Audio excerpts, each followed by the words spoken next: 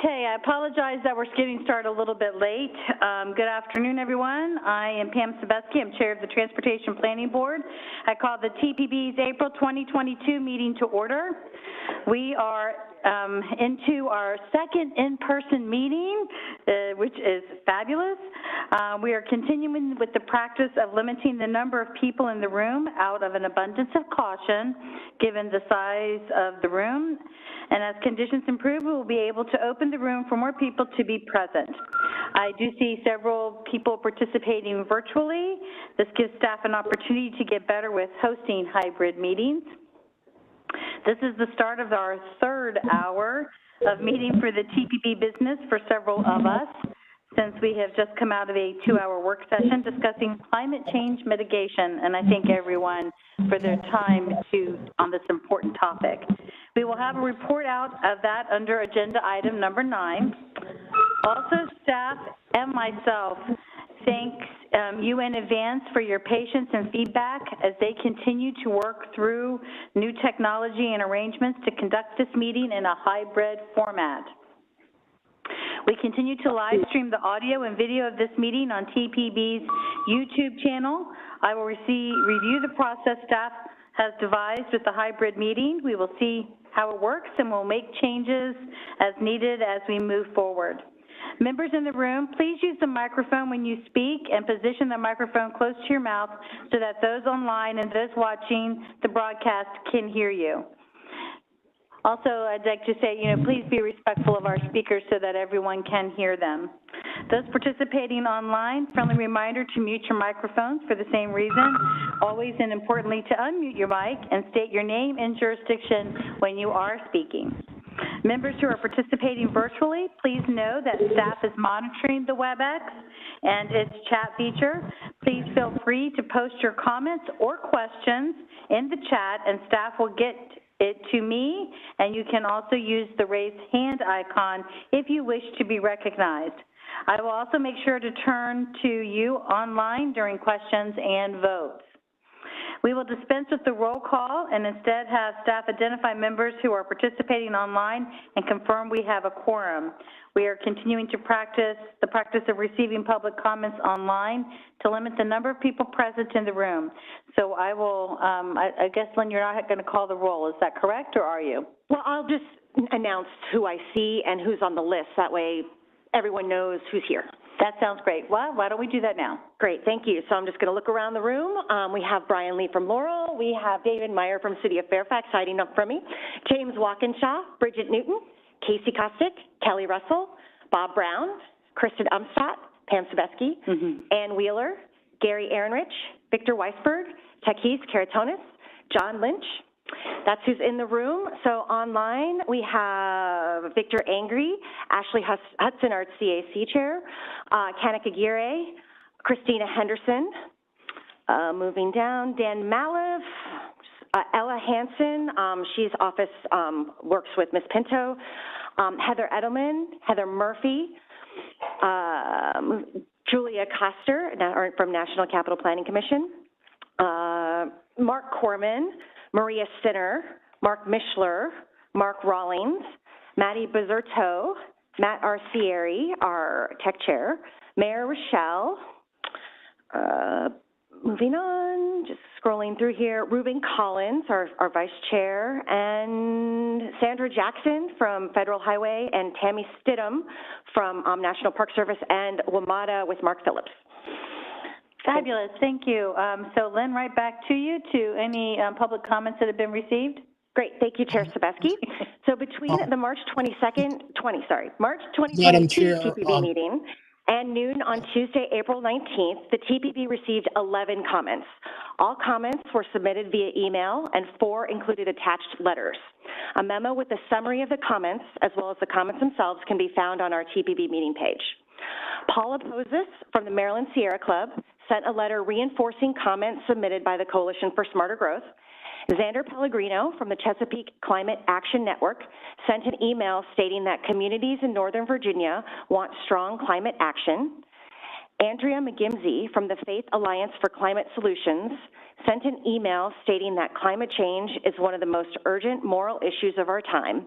They urge the board to consider the outcome on greenhouse gas emissions for every decision they make. Chris Slatt from Sustainable Mobility for Arlington County sent comments that urge the board to adopt climate strategies with concrete goals, measures, and specific targets. Bill Pugh of the Coalition for Smarter Growth sent a letter that includes ideas for board members to consider as they consider adopting climate strategies. Travis Patilla from the Southern Environmental Law Center sent a letter commenting on proposed greenhouse gas reduction goals and strategies for Visualize 2045. The letter says the TPB must not delay making strong commitments until the next long-range plan. Julie Rosenberg from the Faith Alliance for Climate Solutions sent an email encouraging the TPB to commit to aggressive targets and a meaningful implementation plan. The email includes a list of recommended strategies. Carol Walensky sent an email urging the TPB to add specific numeric targets for electric vehicle adoption and education in per capita vehicle miles driven to the Visualize 2045 plan, and include the entire slate of necessary strategies from the TPB's own climate study. Charlie Grimes sent an email stating that the threat of climate change worldwide is clear. The need for action now by Metropolitan Washington Council of Government jurisdictions is clear. The letter urges COG to plan for future jobs and housing to be in walkable communities, increased transit capacity, and more. Arlene Montemurano forwarded an email urging the public to write to Congress and ask the federal government to prevent the addition of toll lanes and the widening of I-270 in Maryland. And lastly, Stuart Schwartz from the Coalition for Smarter Growth sent an email that referenced the findings from the TPB Climate Change Mitigation Study. He said that the region can meet its goals if the region's leaders are committed to addressing climate change's largest source of climate pollution, which is transportation. The email compiles background information. The email also includes a detailed attachment that provides recommendations for each of the TPB's proposed climate strategies, which were listed in its survey. So as I mentioned, all comments are found on our meeting page, and that concludes my report. Thank you very much. Okay. As always, we will start with the review and approval of the minutes of our March 16th, 2022 meeting. I invite a motion to adopt the minutes as provided. Please state your name and jurisdiction as you make the motion. So moved. Thank you, Ms. Olmsted. Sorry, Loudon. Is there a second? Seconded. Tax Carantonis from Arlington County. Great, thank you. Are there any corrections or additions to the meeting minutes for those that are in the room? Staff, are there any comments online? All right. All right, we're going to start. Are there any nays or abstentions from those in the room from the District of Columbia, Maryland, Virginia, other agencies? How about those that are online? Same thing, nays or abstentions? District of Columbia, Maryland, Virginia, other agencies. All right, we're going to move along. Now to the technical committee report. We have a written summary of the April 1st meeting. I will recognize Matt Arcieri, our chair of the technical committee. Matt, is there anything you would like to highlight or expand on? Thanks for being with us today. Thank you, Madam Chair. I just wanted to briefly highlight that the TPB did look at two items that will be coming up on your agenda shortly, the TLC grants and the Visualize 2045 tip and air quality conformity. We also looked obviously at the Bike to Work proclamation, which the steering committee has already adopted, getting everyone ready for Bike to Work. And then lastly, we did receive briefings on the ongoing updates to the bike and pedestrian plan. That'll be on the TPB agenda, I believe, in May. And we also received an additional briefing on in-depth research performed on regional transportation survey. And with that, I stand ready for any questions. Great, thank you. Brief and concise, I love it. Thank you, Matt. Are there any questions for Matt? Anyone online? Madam Chair, Dave Snyder, I just want to be recorded as being in the meeting since the beginning. I'm not sure my name was read out. Thank you very much. Okay, great, thank you. We will make a note of that.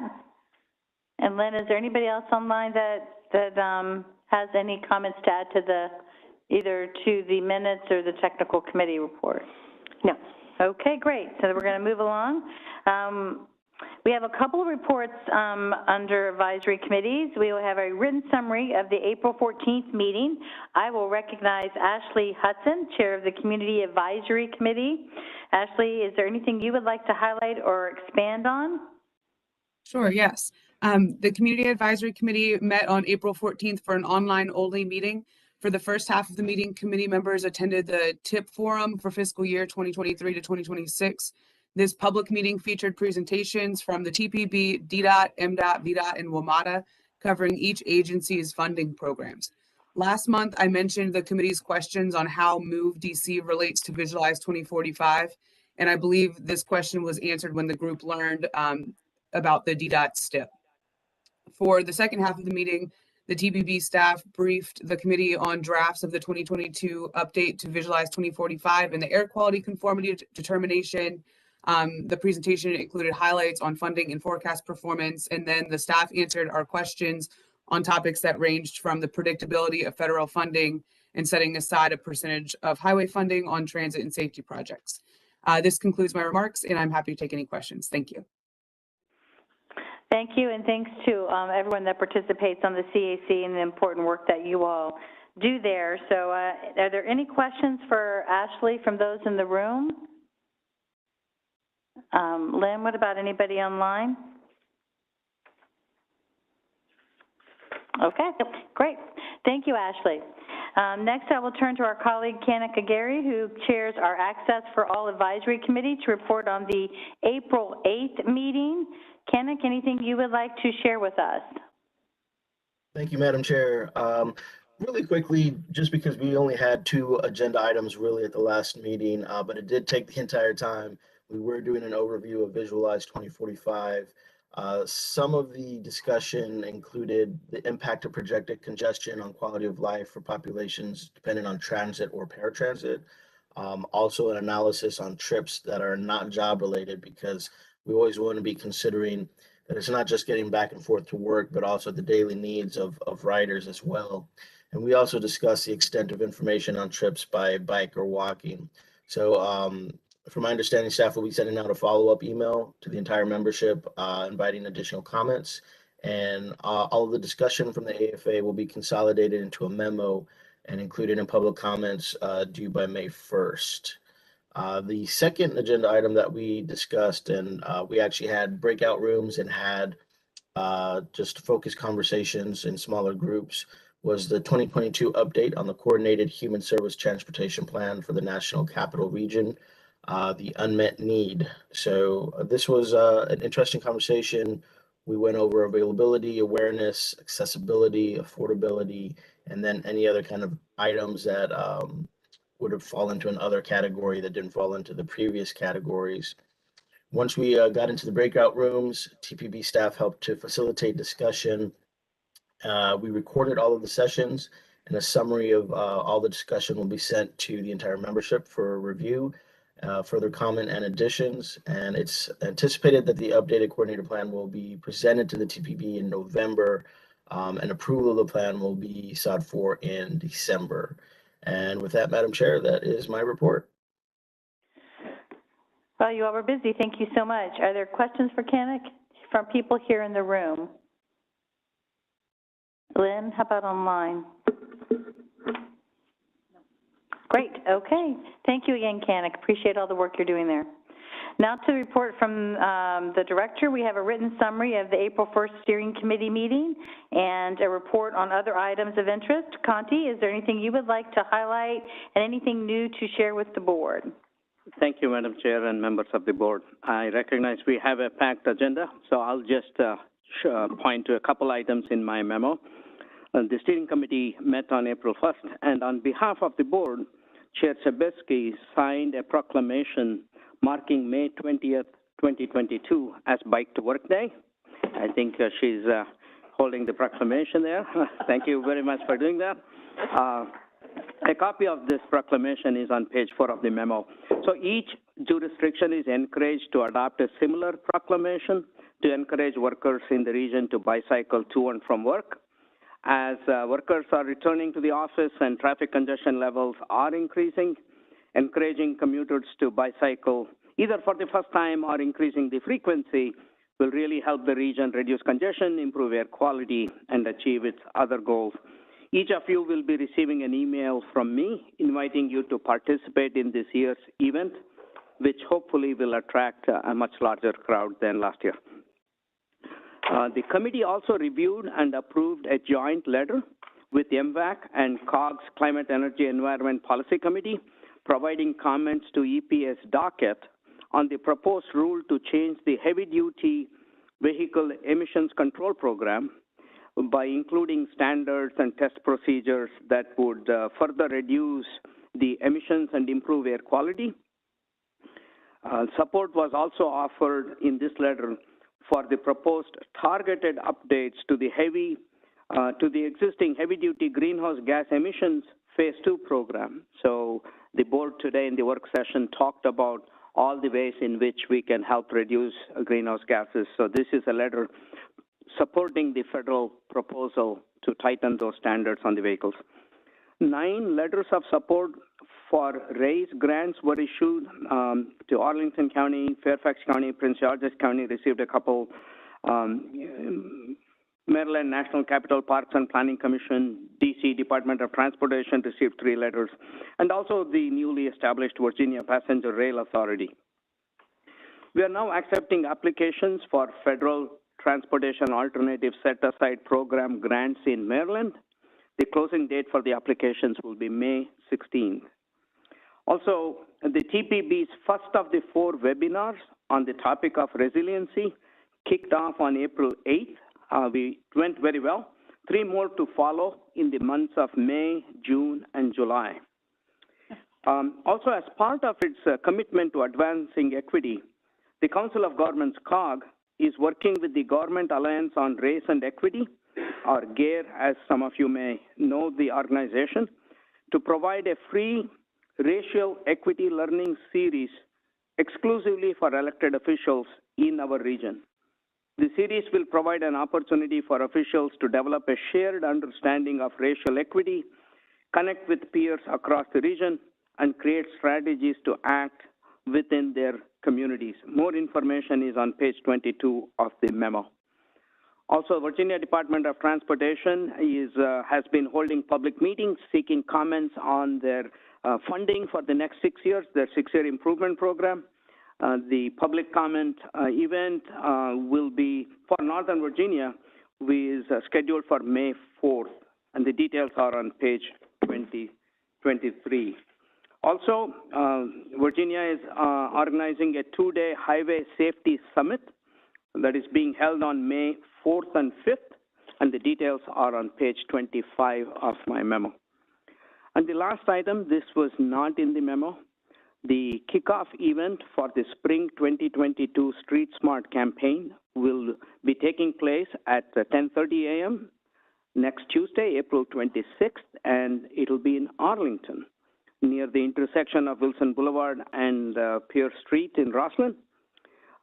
Street Smart press events often generate significant news coverage. The whole idea is how people can be more safety conscious to help improve the safety of our streets. I'm glad to report that TPB member Takis Karantonis, as well as COG board chair Christian Darcy, have indicated that they would be addressing the event as well.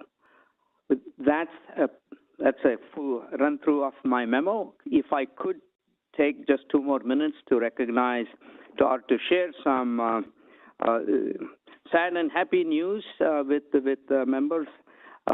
Bob Brown, the alternate member from Loudoun County, who has been not only an alternate member of the TPB board, he's been a very active member of the TPB technical committee. He has chaired the committee. He participates in all of the committees, and more importantly, he reads everything we send him. So, this will be his last meeting. We understand he'll be retiring, so we wish him very well. Bob, you'll be missed by all, and particularly the staff, and I want to extend my personal gratitude for all the things you have taught me over the years. I'm still learning. Thank you.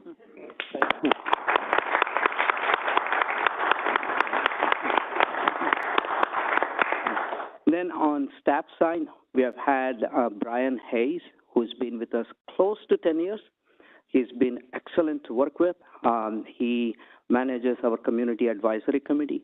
He conducts our Community Leadership Institute. And those are just some of the things he does. There are lots of things that he does do that are not within his job description, but he's always smiling, always there, always contributing. He will be leaving us, but not going too far. He'll be going, and Mr. Aguirre, you will be benefiting. He will be joining the city of Alexandria. And I understand amongst his very many responsibilities there, he'll be working on complete streets. That is another point. During the work session, Mr. Schneider asked the ways in which TPB can be effective. It's probably about 11 or 12 years ago that the TPB adopted a complete streets policy. So we are glad to see that those are being implemented, and one of our own will be going there to continue implementing them. So I want to recognize and thank Brian Hayes for all of his service. We all look forward to continue working with him. Thank you, Mr. Chair.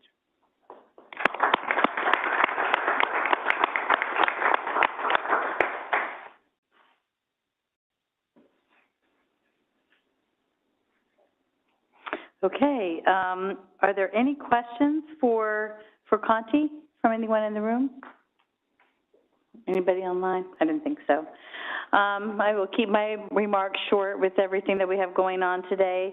I'd like to take an opportunity to thank Mr. Hayes and Mr. Brown for their service that we've all benefited from, so thank you. I also would like to very much thank all of my colleagues on the board that took the time to make sure you had meaningful conversations with your staff and boards regarding the survey that we're going to be doing some important work over these next couple months with. It's important that we have all of that kind of feedback, so thank you for that. And for those that were able to participate in the work session this morning and have those discussions on this important topic, thank you very much. No easy solutions, and lots of important questions and perspectives were shared, and I appreciate that we are all mindful and respectful of our various perspectives and challenges that the different members have identified. I believe we are making progress and that we will continue to do our work on this topic. So moving along, it looks like we only have one action item today. An important action where we will be approving the technical assistance grants for several projects that will improve the connection between land use and transportation infrastructure. I will recognize our colleague Julia Koster, who chaired the selection committee, to get us started. Julia's remarks will be followed by a presentation by staff member John Swanson. And thank you, Julia and John. We do not have a resolution to adopt, so I will be seeking a motion at the end of this. I will ask for questions and comments, and after that, we will call for the vote. Take it away. Thank you. And thank you for the opportunity to once again chair the Transportation Land Use Connections Grant panel. The selection panel reviewers were terrific and reflected expertise and experience from across the region. I'd also like to recognize and thank John Swanson and the COG team for their exceptional work, both with local jurisdictions and with us on the panel. This is it's a lot of fun to work on this. And I want to thank all of you. It is your jurisdiction staff who develop these proposals, which reflect really thoughtful ways to address the transportation and land use challenges and opportunities that you are facing. I do want to say that even though these projects are awarded to individual jurisdictions, what they represent is an intentional commitment by TPB as a regional body to advance the priorities that you care about, guiding growth to high-capacity transit areas and activity centers, advancing equity, supporting a regional trail network, all in different communities all across the region. So these are really TPB's projects. The projects that we selected this year do many different things. Some enhance local capacity, others explore innovations or emerging challenges, and still others provide that critical link in teeing up projects for significant infrastructure funding opportunities. I will say we're all a bit tuned into inflation right now, and after about 15 years, it's time to think about possibly investing a little bit more in the TLC program to raise the award values to be more in line with the cost of work and to enable more worthwhile projects to be funded. So I do want to ask for the board's consideration of this in the upcoming years. With that, I'll turn it over to John for a more in-depth look at the projects funded this year. And again, thanks for the opportunity to chair this really great effort.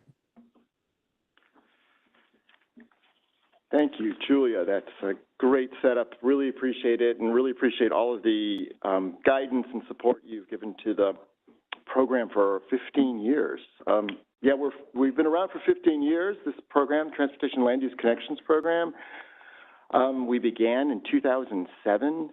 We funded 156 projects to date, and we're going to hopefully increase that by 11 more today.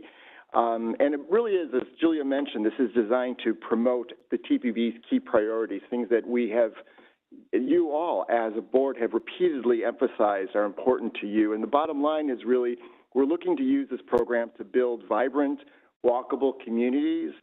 And doing that work at the community level helps build a stronger region, and it improves mobility and accessibility throughout the region. So as Julia mentioned, this is a regional program.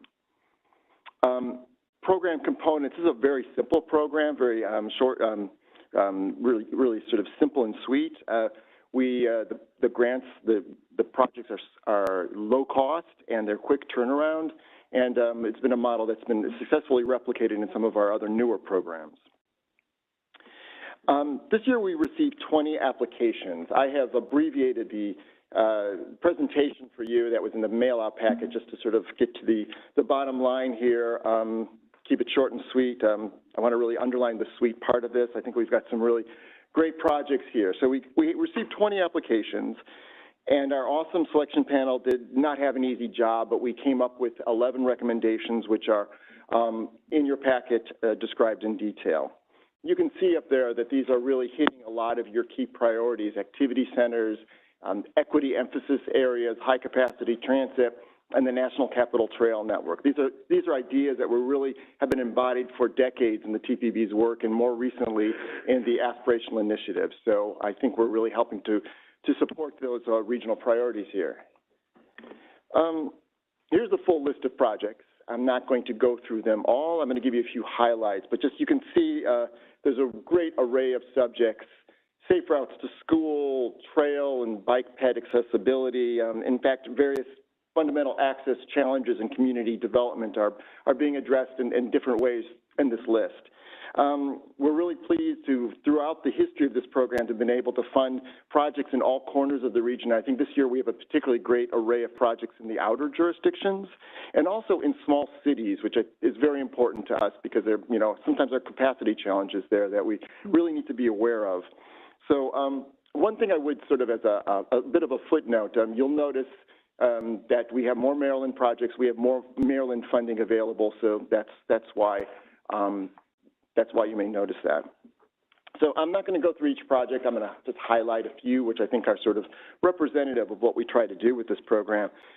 First, in the city of Manassas, this is a study that is really kind of a classic sort of tool in the TLC, Manassas Park, I should say. I know there's Thank you. Manassas Park, I saw Chair Sebesky giving the eye, the side eye there. Okay, Manassas Park. It's a sensitive subject. But this is a great project, and really it's a sort of classic tool in our TLC toolkit.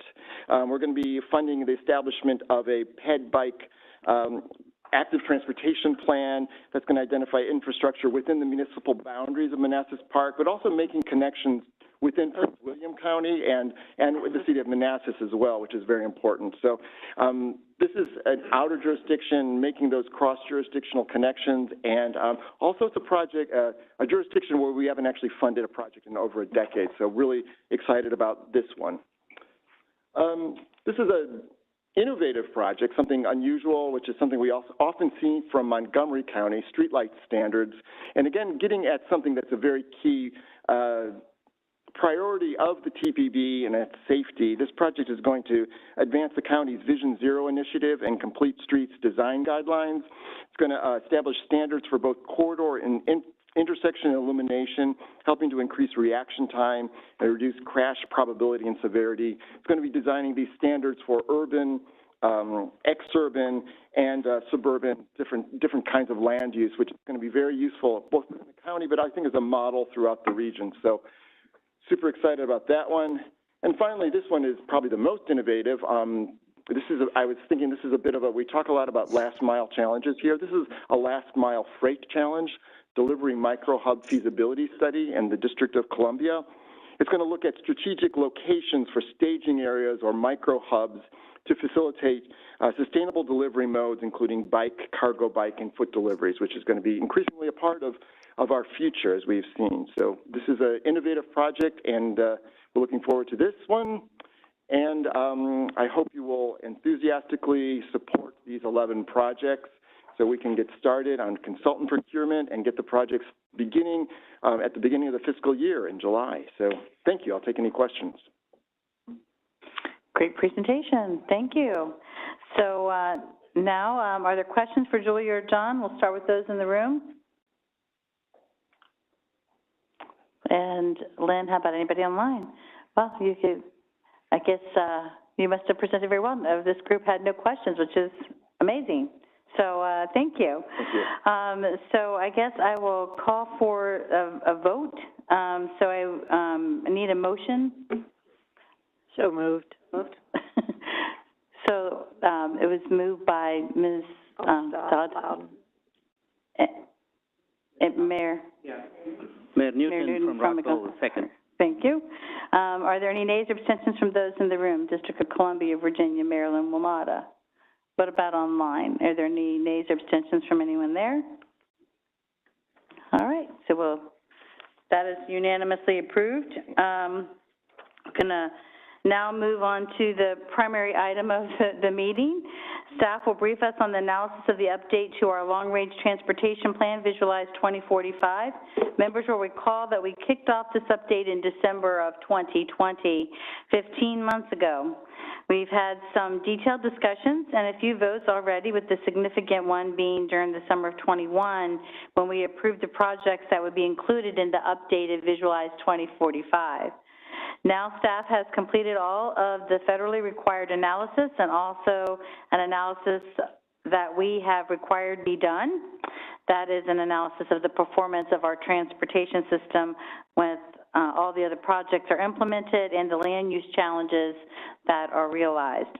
There's a lot of information that we will be receiving today, and we will need time to fully digest it. We will also not likely have time to get into questions today. So I request members to make a note of your questions or comments and send them to Conti or to Stacy over the next 3 weeks. You can also put your comments or questions today in the chat, and the staff will collect them. Next month in May, we will review all comments and questions received and the response to those. Then we will come back in June to formally adopt this updated plan so staff can submit it for federal approval. It is very important that this updated plan is approved by the feds by the end of this year so that all the federal funding we are expecting to maintain, operate our transit and roadways and funds for now new projects will not be disrupted. This means it is very important that we adopt this plan in our June meeting. With that, I'll recognize Stacy Cook from the staff and let her get started. Great. Thank you, Chair Sebesky, and good afternoon, members of the board. Today I'll be opening and closing this presentation, but I'll be joined by several of our technical staff, including Eric Randall, Jane Posey, and Sergio Ritaco. As we get started, I'd like to make two side notes. One is that this presentation is a subset of what was provided to you last week in your mail-ahead packet. And so the additional slides there provide additional information such as charts to back up some of the information that we're sharing with you today. So the slides are numbered the same. So if you're following along with the mail-ahead packet, slide 2 will still be slide 2 and so on as you move forward, so you can follow along. The second is the items presented today, our long-range transportation plan, the air quality conformity findings, and the transportation improvement program that are all in draft form were made available for the required federal public comment period and interagency review that we conduct. They were released on April 1st, and that will be extended through May 1st, at which point we'll be bringing those comments back in summary form and in full form to you for the May meeting before we ask you for your approval of Visualize 2045 in June. Anything that any actions you take regarding climate will be updating between the May meeting and the June plan based on your direction. So today, I'll provide a brief overview. There are 2 federal requirements that are the main requirements, although there are many. That is that the financial plan, the constraint element, meet a demonstration of financial constraint, and then also that it meets the air quality conformity budgets that have been set forth by MWAC. There's also an aspirational element of the plan, and you might remember a few months ago, earlier this year, we went through what to expect in the plan as far as its content, and I encourage you to spend some time with the plan, but today we'll be presenting technical findings. Lastly, the performance analysis of the transportation plan. As Chair Sebesky noted, it's not directed by federal requirements, but by priorities of the TPB to examine how your projects work together to move towards improved performance of our transportation system for the businesses and people in our communities. Lastly, I'll wrap it up with helping share some information on how you can get the word out and next steps. So if there were 3 things to know about Visualize 2045, it's first and foremost, while there are many federal requirements, we are in compliance with all of them. We'll be talking more about that today. Second, there are $223.3 billion worth of projects, programs, and policies in this plan that help move us forward, right? To help reach all of the priorities that we're trying to make progress on. But 81% of that, as your top priority, is maintaining the enormous investment that's already been made in our system. 81% goes to operating and maintaining that system. So that's a really important fact to keep in mind as we move forward. And lastly, as we examine progress of how can those additional 19% of funds help us make progress in the future as we add another million people or 1.3 million people and 1 million jobs nearly, we do see progress on our goals, but we do also face continued challenges. So just a brief overview. The air quality conformity is conducted on the projects that your staff submitted and you approved for the conformity analysis, which is a part of the constraint element that we speak of for the plan. The TIP is one part of that, and then there's the full plan. The TIP is basically the first 4 years of the long-range plan. It has additional projects in it as well that use federal funding. It's basically a schedule of federal, state, and local funding over the next 4 years. This is also out for federal comment, and there was a forum on it earlier this month. And so this is the breakdown currently of the funding. I say currently because we do have our public comment period and interagency review. All of these latest numbers for the TIPs were submitted to us by more than 50 people in March. So they are reviewing it, so you might expect the numbers to change, but it's approximately $11 billion in the Transportation Improvement Program, and that includes a whole series of different types of projects and programs, including big projects that are being implemented currently, as well as operations, maintenance, programs that are undertaken on a regular basis to maintain the existing system. So I think it's just worth noting that a lot of the maintenance to our system is reflected within programs that are referenced in the TIP. So if you look for any details, the TIP is a good place to learn about those programs.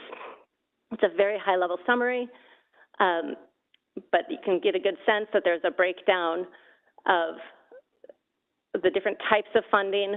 One of the things that we're doing that's a little new this year for both this and what Eric Randall will share with you for our financial plan is we're starting to pull out numbers for standalone bicycle and pedestrian projects. But most of the projects in the plan are their bicycle and pedestrian projects are actually components of much larger projects, and their funding is not separated, but we are trying to work toward reporting on those standalone projects more. So as I've reported to you in the recent meetings, the plan itself has 9 chapters where we talk about the planning process, including project development, how the TPB serves as a regional body. In Chapter 2, we talk about where we are today, what are the existing conditions, not just of our transportation system, but we share about more information than we have in the past about demographics, equity and environmental considerations. We talk about the requirements associated with our air quality, and we talk about the transportation system and its current usage. So there's a lot of high-level reporting as to usage of the transportation system based on our regional travel survey that we conduct every 10 years as well. This really sets the stage because we need to know where we are in order to look ahead and plan for the future, in order to understand not only the challenges of today, but also those of the future that we work together to make progress on. In Chapter 3, we named as Visualizing Our Future Together, we really focus on the goals that you as a TPB have set as priorities for our transportation system. And in Chapter 4, What Factors Affect Our Future, we talk about some of the federal planning factors that are required, but also some of the big topics such as climate change, emerging technologies, changing land use, changing demographic patterns, importance of economy, some of these factors that we know we must be planning for in any range of futures in order to have a successful transportation system that serves our communities. One of the big things that's different this year is we have incorporated Voices of the Region, which is both the name of our public outreach effort associated with the long-range plan, but we've included actual voices, the direct input from people in your region about the policy priorities and types of strategies that you're implementing. So those are included throughout the plan in order to sort of provide a sense of realism for the people that we're actually serving through this plan and planning efforts. It also documents our public comment periods and some other outreach activities. Chapter 6 describes the various transportation planning activities that we undertake, between the safety program that you've advanced to operations and management of the transportation system, which is one of our key strategies for really making the most out of existing investments, to bicycle and pedestrian planning and all sorts of other types of planning discussions. It includes 3 major sections talking about the aspirational initiatives and how we're making progress on them, various transportation options, including a whole new transit section, and then a whole list of all of those other future factors that we must plan for. In 7, if you want to learn more about the transportation system that you are funding, there's a description in there, including the numbers of projects based on the data records that were submitted last year that help move forward each of the goals that are in the Regional Transportation Priorities Plan.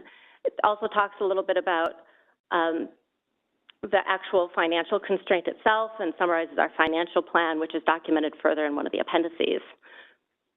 In Chapter 8, Planning for Performance, you'll learn a lot about the performance-based planning. It summarizes where we are, as we must include this in our plan according to federal requirements. It's one of the ways we use performance to look at data. It also includes our air quality conformity summary and our long-range plan performance summary that will be presented to you today by Sergio. Chapter 9, we just wrap it up to look at where do we go next, acknowledging the complexity of the challenges we face, the importance of implementation, and moving on from where we are today. There are many appendices. I will not read these out to you. They're listed all on our draft plan page on Visualize 2045, where you can find any of these materials. And on a later slide, we'll share a bit of information on how to get the word out. With that, I'll turn it to Eric Randall, who will highlight how we meet financial constraint for this plan.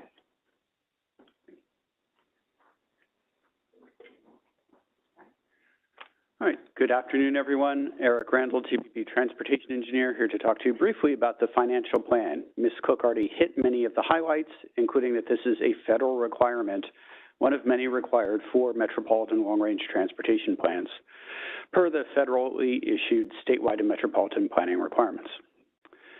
So again, to recap, the most important takeaway is that we do meet the federal requirement. Federal regulations require that the financial plan demonstrate that all the projects and programs listed in the long-range transportation plan can be implemented. We use year of expenditure dollars, so a dollar in 2045 is only worth about 2/3 of a current dollar or 2023 dollar. We have to take that all into an account when looking at projected revenues and the projected costs of maintaining, operating, and expanding the system. We basically have to reconcile everything and make sure that all the expenditures we have in the plan are equal to or don't exceed the projected revenues. And we do demonstrate that, thereby demonstrating financial constraint. This pie chart shows where the revenues come from. Again, that $223.3 billion of public funding that's dedicated to surface transportation in the region. The majority of funding comes from state sources, Maryland, Virginia, District of Columbia, 55%. The three other significant sources of funding are federal revenues, local revenues, and that includes many of the regional revenues collected in Northern Virginia, and of course, fares and tolls in terms of user fees that people using transit systems or driving on the toll roads pay. And finally, a small segment of private and other funding that doesn't fit in one of the other categories, add up to 100%. Again, $223 billion. I'll just step back a minute and emphasize that this is only public government funding for surface transportation. It doesn't even include some other government funding for transportation, like running school bus systems. And it's only a small fraction of what we as a society spend on funding transportation. It does include operation of your private automobile. We have 3 million in the region, $30 billion a year spent just on operation of the private automobiles. So again, only a small segment of what society spends. Here's a breakdown of those regional revenues by the three sub-areas in our region: District of Columbia, suburban Maryland, Northern Virginia. Again, you can see where that state funding is the largest proportion.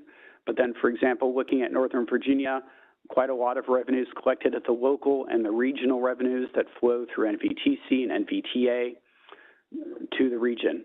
We also show Metro WMATA on this as a stacked bar. Much of that funding, of course, for District of Columbia, Maryland, and Virginia goes to fund Metro in turn. As Stacy mentioned earlier, 45% of our funding goes to Metro, essentially our region's largest project. Regional expenditures, this shows where the money is going. As already stated, 2/3 of our funding goes towards transit operations, paying drivers, mechanics, and so forth, transit state of good repair, all those Metro rehabilitation projects, and transit expansion, the Purple Line in Maryland, the one BRT system in Fairfax County, and so forth. Highway takes up another 1/3 of our funding, highway operations, highway state of good repair, especially bridge replacement as they get old, and highway expansion projects. And then Stacy already mentioned the standalone bicycle and pedestrian projects. This is something we're trying to do, but many local projects don't even make it to the level of the plan. And then many bicycle and pedestrian projects are part of larger projects, including highway plans or even the Purple Line transit plan have trails associated with them. We're just unable, or costs aren't known, to be able to break out the bicycle and pedestrian costs yet. So that's where our revenue is going. Again, more detail provided in Appendix A of the Long Range Plan. Does the region have enough funding for transportation? That's obviously a $200+ billion question. Mr. Atako, my colleague, will be going over what we expect to see on our transit system. Of course, 80% plus of our transit, highway and transit system is already out there. All that increased travel, we have about 18 million trips a day in the region now, going up to 21 million a day by 2045, increase of about 17%. All those trips will mostly fall in the existing system. Even with the projects and programs in our plan, we are expecting there will be increased traffic congestion, even with technological improvements and even with changes in trip demand. So that concludes my portion of the presentation. Next up will be Ms. Posey to talk about air quality conformity.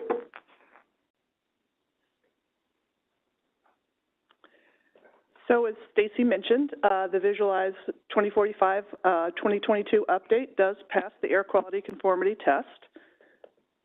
The next couple of slides I'm going to show you talks about our air quality in a couple of different ways. This first slide shows ozone in our region. We are a non-attainment area for the federal standard for ozone, and this shows the actual ozone measured from monitors that are around our region. So if you look, you can see starting back on the left side, that starts at about 1999. So for the past 20 years or so, our levels of ozone have come down significantly. This goes out to the past summer, which we are at about 70 parts per billion. The horizontal lines across the slide, the top two gray ones are the old federal standards for ozone, and the red horizontal line shows the current standard for ozone. So you can see that the federal standards have been getting a little tighter over time. Our current standard at 70 parts per billion, we actually met that standard at the end of the past ozone season, which was at the end of fall of 2021. So that's really good news.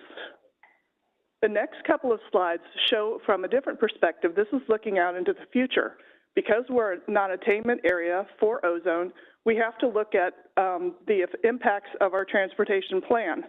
Now, VOCs, volatile organic compounds, and nitrogen oxides form together in sunlight to form ozone. So that's why we have to look at the mobile source emissions from VOCs and NOx that are associated with our plan. So this slide shows volatile organic compounds, or VOCs.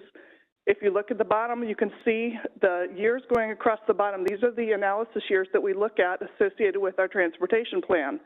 2021 is the first year that we look at, and we go all the way out to 2045, which is the out year of our plan. The sort of grayish, bluish shaded area shows the emissions, and you can see that emissions are going down through time of VOCs. This is mostly because of federal standards that affect our engines and gas, and as we have a vehicle fleet turnover, the emissions levels are getting less and less. Now, these horizontal lines across this graph show the emissions budgets, the emissions ceilings that we have to be under. These mobile emissions budgets were set by the Metropolitan Washington Air Quality Committee and were approved by EPA. Now, the sort of burgundy or red color lines are the Tier 1 mobile budgets, and the green lines are the Tier 2 mobile budgets. All of these budgets were set in 2018. The Tier 1 budgets were set at the time at the level of the emissions inventory, and the Tier 2 budgets were set with a 20%, what we call conformity buffer or safety margin. And this is set because the mobile emissions budgets are set, and they're in place for years and years and years, and yet we have to run conformity. And every time we run conformity, we're required to use, and we want to use, of course, the most updated planning assumptions. So this buffer there allows us to have changes in assumptions that the TPB can't do anything about, but allows us to pass conformity so we can move forward with our transportation projects. So as you can see, for each analysis year for VOCs, we are under the green levels of the mobile budgets. And for the 2025 and 2030 analysis years, we're slightly above the Tier 1 mobile budgets. This was also the case with the 2020 update to the plan. This shows the same thing for nitrogen oxides, and you can see that emissions are going down through time, and we are, as with VOCs, we are below the mobile emissions budgets for all analysis years, and the 2025 and 2030, just like with VOC, are slightly above the Tier 1 mobile budgets. But because we're below the Tier 2 mobile budgets, that means we passed the conformity test for the Visualized 2045 plan. Now, because we did go above the Tier 1 budgets, we have agreed that we would show what has changed since those budgets were set. Those were set back in 2018, and we have changes. We've had 2 updates, maybe 3, to our cooperative forecast. We've had 2 updates to our vehicle fleet. Our travel demand model is slightly different, not too much. Of course, we have new project inputs. The original mobile budgets were set using the 2016 CLRP. And then the last major change was change to our assumption about metro rail constraint. We used to constrain trips to and through the core, but now that states have offered a more steady stream of funding for metro, we were able to remove that in our travel model. So these show the changes and the reason that we can go ahead and use the Tier 2 budgets to pass the conformity test. The last thing I'll say is that this is about emissions that are associated with the ozone. I know everybody's interested in greenhouse gases. That's not part of what we do for conformity, but Sergio will be talking about those as he goes over his presentation. And I'll pass it on to him now. Thank you, Jane. Good afternoon, everyone. I'm Sergio Rotacco, TPB Transportation Planner on staff, and I'm going to be walking us through the performance analysis of Visualize 2045. The section of this presentation will look to talk a little bit about our approach to this performance analysis, speak a little bit about a host of planning uncertainties that might go along with it, and then speak to the actual results themselves in about 4 different sections. So there's quite a bit to go through, and I'll try and be both succinct and brief, but also try and get the details necessary to understand the context that we provide here today. So why does the TPB measure performance? Simply, it's one of our ways of checking progress on the goals and priorities presented in the TPB's policy framework. This is a snapshot in time analysis using measures and findings that can help inform the strategies and coordination activities the region prioritizes in the future for its planning work. Some key takeaways before we get too far deep into the woods. Access to transit will continue to grow, providing an important alternative for transportation in this region. The region is forecast to make progress towards many of its goals, despite demand from growth and the limited funds available for enhancements and improvements. More people, businesses, and visitors will have more travel options, which is reflected in many of the data sets we present here. Expected growth will likely increase demand, increasing delay and congestion, and reducing job access by auto for some parts of the region. Again, those financial obligations that Eric spoke to quite a bit to maintain and operate the existing system limits funding available for expansion and enhancements. There are a host of future uncertainties that will impact the region between now and 2025, and we'll take a moment to talk about some of those as well within this section. Now, you've provided with me an opportunity to speak a little bit about regional growth and policy context that frames the results of this analysis. The transportation system will need to continue handling existing demand and accommodate a forecasted growth in demand. Another 1.3 million people and nearly 1 million more jobs between now and 2045 will be located in this region, a 23% and 26% increase respectively. This means nearly 3 million trips daily on the transportation system. Some of that growth of people and jobs are directed in activity centers. However, nearly 80% of land use forecast in 2045 is already on the ground now, meaning there is limited opportunity to influence exactly what's on the ground now in our region. Parts of the region are also becoming more dense, particularly parts that have been targeted for concentrated growth, helping advance one of our aspirational initiatives of bringing jobs and housing closer together. The chart on the left finds that for the past decade, the region has been targeting activity centers and high-capacity transit areas for growth. And conducting a similar analysis with the chart on the right, we identified that this trend will continue into 2045. We also find that by 2045, more than a quarter of people and half of jobs will be close to high-capacity transit, creating opportunities to leverage and build on the investments we are making in transit and walk and bike access to transit. Again, as noted in the financial analysis that Eric presented, the region expects 19% of expenditures to be set aside for system expansion and enhancement. That is to support this growing and densifying region. Reviewing what this provides in new miles, it results in an additional 5% of new roadway lane miles and 27% increase in high-capacity transit miles in this region. Now to talk briefly about how we conduct this analysis. The performance analysis of Visualize 2045 takes COG's cooperative forecast that predicts the location of people, households, and jobs between today and 2045, along with the constrained element transportation projects reasonably expected to be completed within that same time period.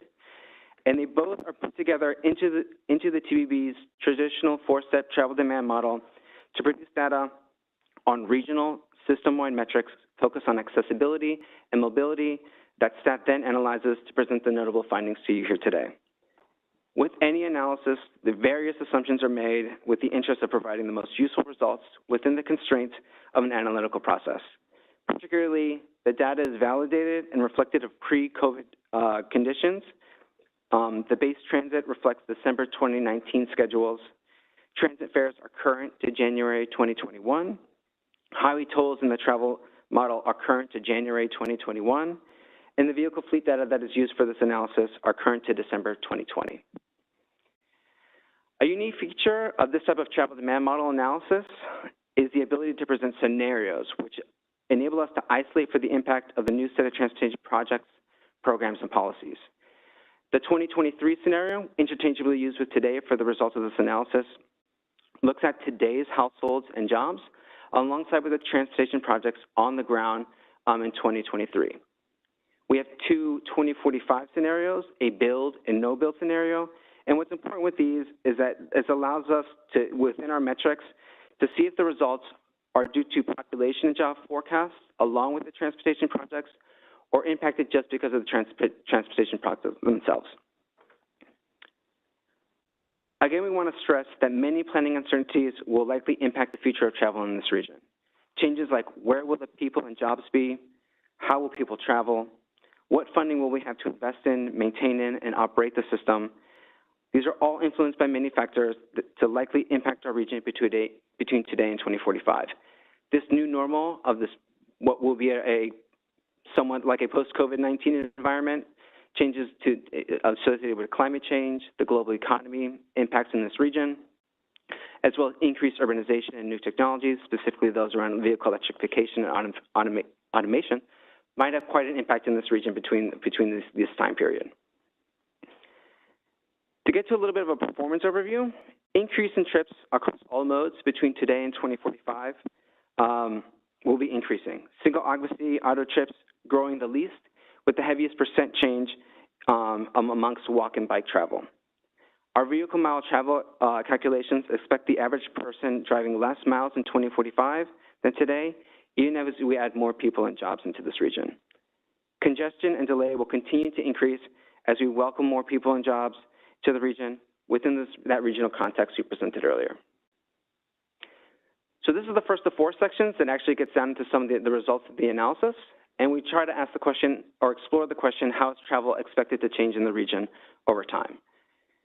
Consistent with the TPB's goals, more people will choose to walk, bike, take transit, and ride together than driving alone. However, a large portion of travel in this region continues to be auto-dependent. Overall, the trends between today and 2045 will continue for all trips and each unique mode that we present on the screen today. Now, more people will choose to use the transportation options represented by the aspirational initiatives as they become available.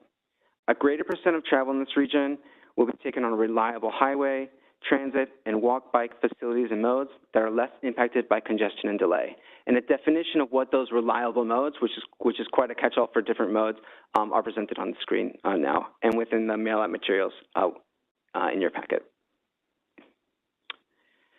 We talked a little bit, I talked briefly about how auto travel is the most predominant way of travel in this region, but the characteristics of how those auto-based trips are being conducted are evolving.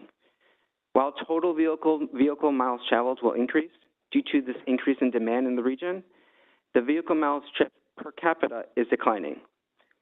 And when we isolate for the transportation system users, the trips that occur or happen that are based or start from within this region, those are more likely to shift in greater demand.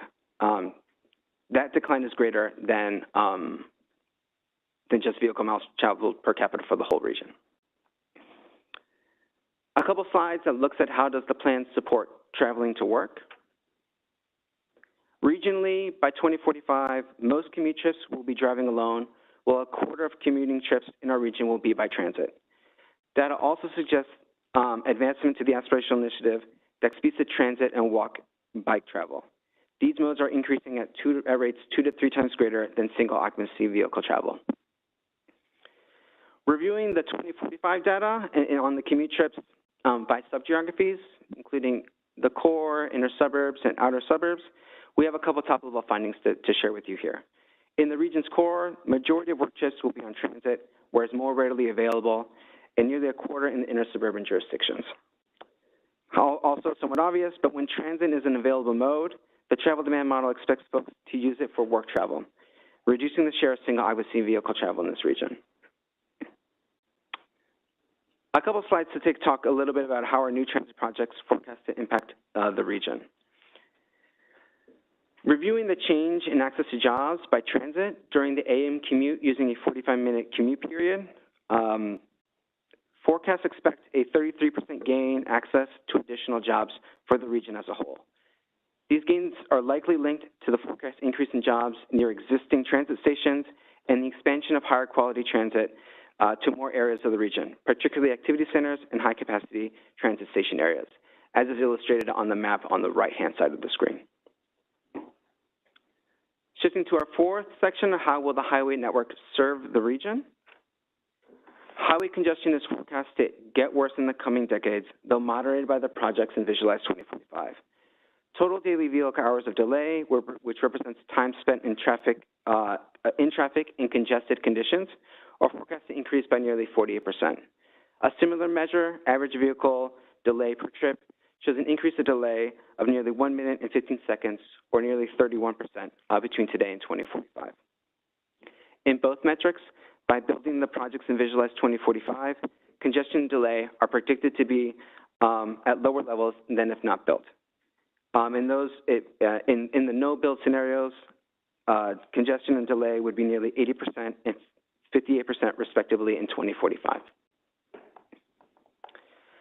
So now taking a look at analyzing change in access to jobs by auto using a 45-minute commute during the AM peak period. The average number of jobs accessible will increase by 13,000, a little over 1% increase over today. If the region builds no new transportation projects but continues to expect increases in population and jobs, average access to jobs is forecast to decrease by nearly 10% for the region. What this difference tells us is suggests that, that the projects in Visualize 45 will have an impact on minimizing the impact of congestion and delay in this region. The geographic distribution of these changes is not forecasted to be equally shared in the region, as is presented on the map on the right-hand side. The region's core, western suburbs, and inner suburbs are forecast to experience a moderate to significant increase in job access, and forecasts identify moderate to significant declines in job access in the eastern side of the region and areas inside the Capital Beltway. There are two factors that are likely to contribute to these findings: the anticipated increase in congestion and delay, decreasing the accessibility to parts of the region by car, and the additional jobs expected in this region between today and 2045 being located largely in the western part of the region, increasing accessibility for those areas that are near them, but likely reducing access to jobs for those outside a 45-minute commute period. So as Jane mentioned, unlike the two specific pollutants regulated by the federal law in the region, greenhouse gases, such as carbon dioxide, are not regulated by the federal government and therefore not included in the air quality conformity analysis. However, due to the role of the transportation sector as a contributor to greenhouse gas emissions, the TPB has been tracking these emissions and has recently endorsed regional goals for reducing greenhouse gases. Since 2005, absolute annual greenhouse gas emissions in the on-road transportation sector have decreased by 7%. By 2045, annual greenhouse gas emissions are forecast to be nearly 18% below 2005 levels, or 11% below 2023 emission levels, with a slight uptick presented between 2040 and 2045. Reviewing that data on a per capita basis, which is the blue line on the screen, they're expected to decrease by 24% between 2023 and 2045. These changes are largely attributed to increased fuel efficiency standards in the vehicle fleet, but the uptick between 2040 and 2045 occurs as cleaner vehicles have saturated the fleet, and the benefits from those fuel efficiency standards can't keep up pace with the vehicle mile traveled increase within that same time period. My final measure, in an off-model analysis, we wanted to examine the localized impact of congestion within this region. Like other large metropolitan regions, proximity to congested roadways and high levels of vehicle volume in this region are not felt equally. Communities closer to the region's core, interstates, or major highways experience greater exposure than in outer suburban or rural parts. In activity centers, proximity and level of traffic is 1.5 times greater than in non-activity centers. From an equity perspective, equity emphasis areas in the region experience 57% greater traffic volume than non-equity emphasis areas. And I understand that's a whirlwind, and I appreciate your time, and happy to pass it along back to Stacy to bring us on home. So thank you again. Great. Hello again. It seems we're ahead of schedule for this meeting. So as far as getting the word out, as I mentioned, we have invited the public to comment on the plan, the air quality conformity analysis, and the tip that are in draft form right now on our draft plan page. And what I share with you here is a number of ways that you as our members of the board can help get the word out about your draft plan. So first and foremost, check out Visualize 2045 on our draft plan page in order to access all of those materials. If you go to the Get Involved page of Visualize 2045, there's an ambassador kit that's now online that has all of the materials easy for you, your public relations folks, and others to access, including draft tweets that you could personalize or other social media posts, talking points. We know that there's a lot of information in the plan, but we do distill it there in order to help you have some handy notes about this plan and some of the facts that are important to you that are in it. So I'd encourage you to check those out. We do also have an interactive project map that you can easily point to if people want to know which projects are in your jurisdiction. That includes projects that are in the plan and the TIP, as far as the ones that were included in the conformity analysis.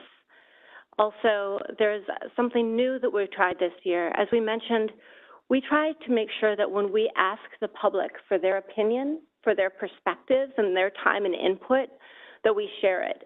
And so we've done that through presentations and reports, but also we wanted to provide it in map form. So there's a new Voices of the Region story map. If you use the link that's provided there, or just go to the Visualize 2045 Voices of the Region page, you'll be able to find a link to that story map where you can actually explore comments and where the people that offer those comments are from in our region, so you can get a little bit of perspective.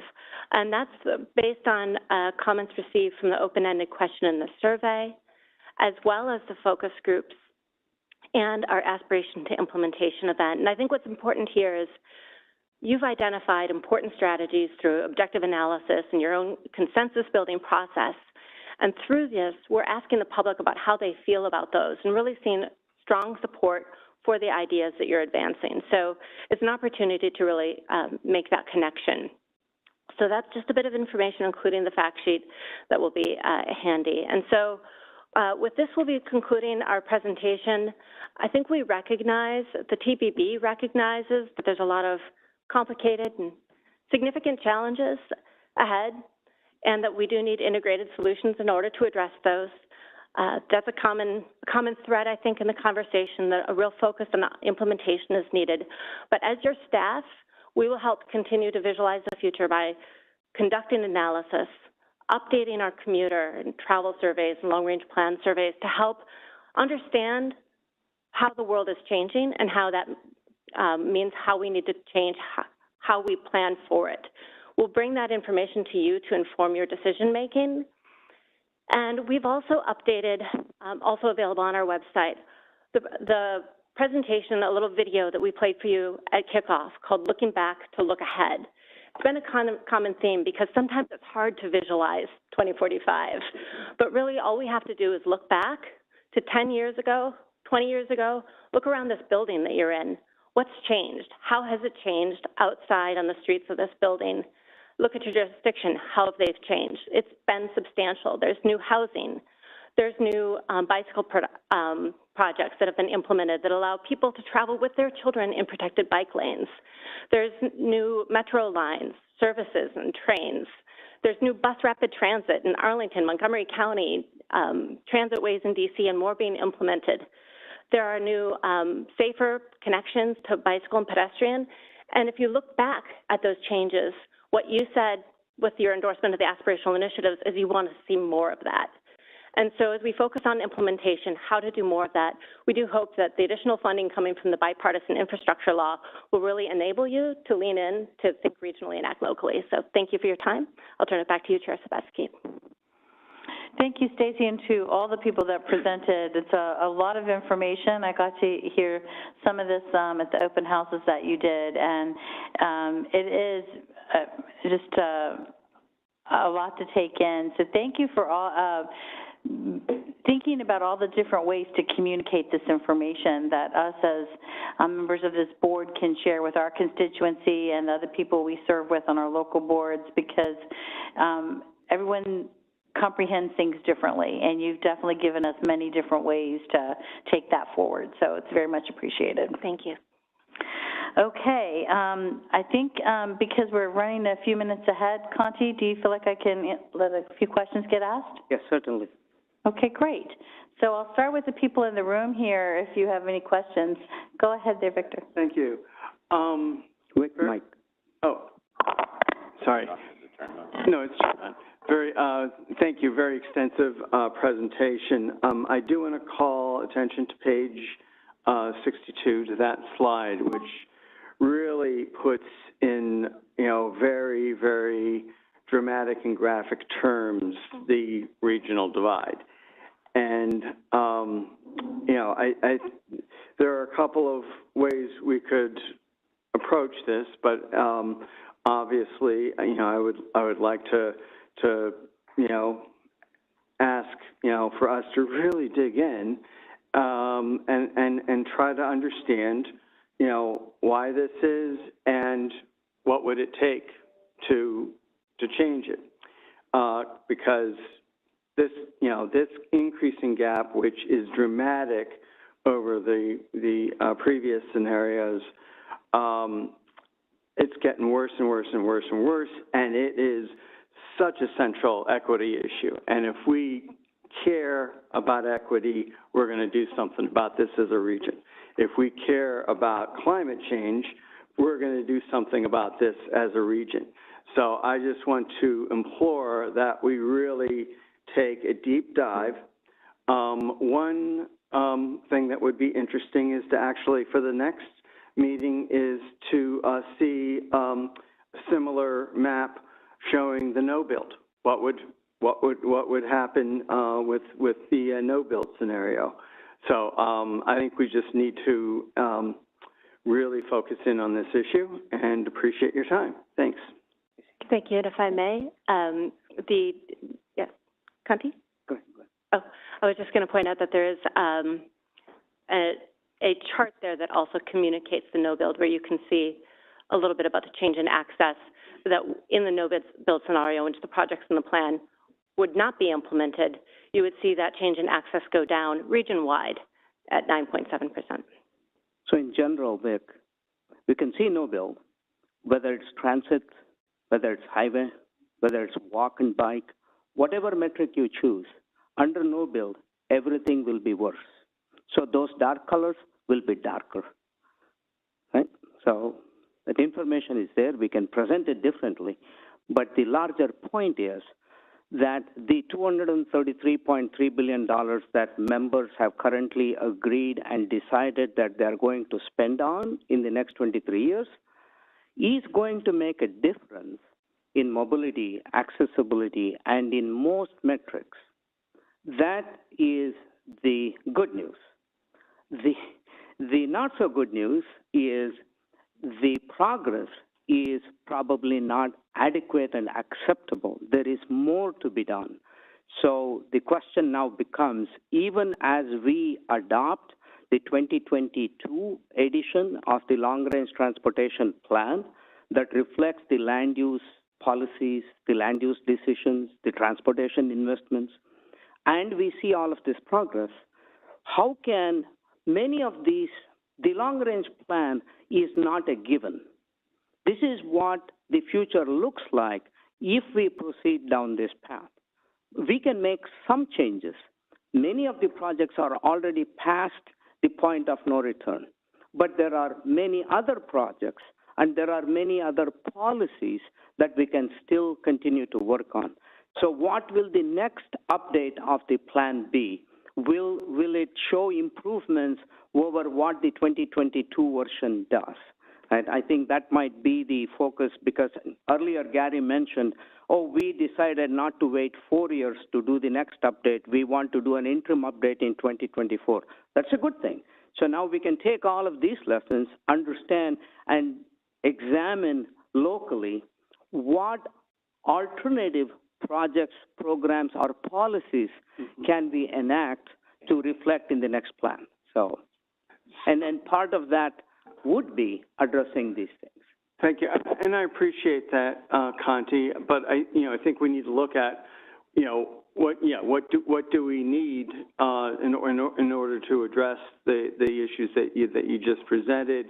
How do we make sure that the update that takes place in 2 years significantly changes the dime? And how do we? I know we've looked at how do we get housing closer to jobs, but maybe we need to look and take a deeper dive on how we get jobs closer to where existing housing is. Thank you. Mayor Newton? Thank you. Sorry. And I appreciate where Mr. Eisenberg is coming from. And thank you very much for your presentation today, because it also makes me want to bring forward something that's in the long-range plan, and I'm sure nobody's had time to read all 270 plus pages, but of special interest to those of us in Montgomery County is page 95.